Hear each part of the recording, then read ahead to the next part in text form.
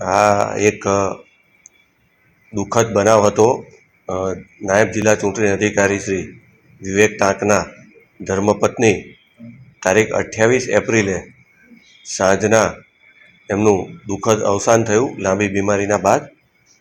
અને શ્રી ટાંકે આ દુઃખદ પ્રસંગને પાર પાડવા માટે એમના વતનમાં તારીખ 29મીએ જઈ અને એમના ધર્મપત્નીના અંતિમ સંસ્કાર કર્યા. અને જોવાની વાત એ છે કે વિધિન 2 days એ આ બધા દુઃખને પચાવી જઈને કહીએ કે દુઃખને મનમાં દબાવી દઈને એ પોતાની ફરજ પર ચૂંટણીની જ્યારે બિલકુલ એમ કહેવાય કે 1 અઠવાડિયું પણ માંડ બાકી છે ત્યારે પરાણે બાકી છે ત્યારે એ પોતાની જવાબદારી સમજીને સ્વયંભૂ એ ફરજ પર હાજર થઈ ગયા છે.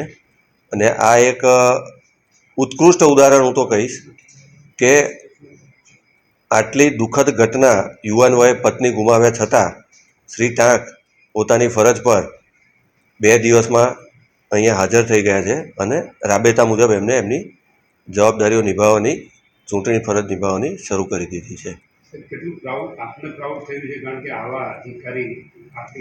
ચોક્કસ ગર્વ છે અને ગર્વને શબ્દોથી વર્ણવવામાં આવે તો એ ગર્વનું અવમૂલ્યન થયું કહેવાય. એટલે એના માટે મારી પાસે ખરેખર કોઈ શબ્દો જ નથી. અને જે બનાવ છે એ દુનિયાની સામે છે અને બધા જોઈ શકે છે.